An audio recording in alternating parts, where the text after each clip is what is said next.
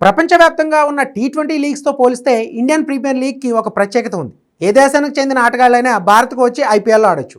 కానీ టీమిండియాలో యాక్టివ్గా కొనసాగుతున్న ఏ ప్లేయర్ కూడా విదేశీ లీగ్స్లో ఆడడానికి వీల్లేదు. దీంతోనే ఐపీఎల్కు ఉన్న క్రేజ్ మరే ఇతర లీగ్స్కు లేదు. అయితే కొంతకాలంగా రోహిత్ శర్మ, విరాట్ కోహ్లీని విదేశీ లీగ్స్లో ఆడించాలనే ప్రయత్నం జరుగుతుంది.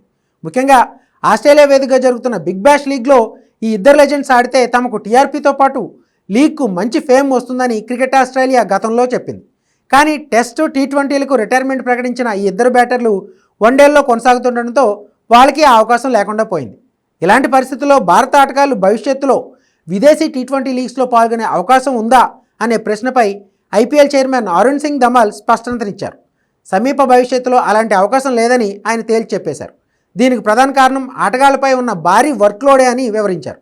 అంతర్జాతీయ క్రికెటర్లు తప్పనిసరిగా దేశవాళీ క్రికెట్ కూడా ఆడాలనే నిబంధనను బీసీసీఐ తీసుకొచ్చిందని, విజయ్ హజారే ట్రోఫీ, సయ్యద్ ముస్తక్ అలీ ట్రోఫీలో వారు ఆడాల్సి ఉంటుందన్నాడు.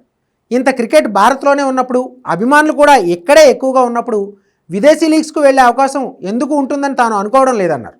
అదే సమయంలో వర్క్లోడ్ మేనేజ్మెంట్ చాలా కీలకమన్నారు.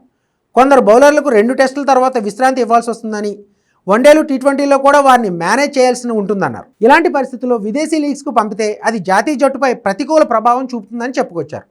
ఐపీఎల్ చైర్మన్ అరుణ్ ధమాల్ చెప్పిన ప్రకారం చూస్తే భారత్ స్టార్ క్రికెటర్లు విదేశీ టీ20 లీగ్స్లో ఆడే అవకాశం ఎప్పట్లో కనిపించడం లేదు. కోహ్లీ, రోహిత్ శర్మ కేవలం ఒక ఫార్మేట్ ఆడుతున్నప్పటికీ రూల్స్ బ్రేక్ చేసే అవకాశం లేదు. పూర్తిగా అంతర్జాతీయ క్రికెట్కు వీడ్కోలు పలికిన తర్వాత మాత్రమే వీరిద్దరూ విదేశీ లీగ్స్లో ఆడొచ్చు.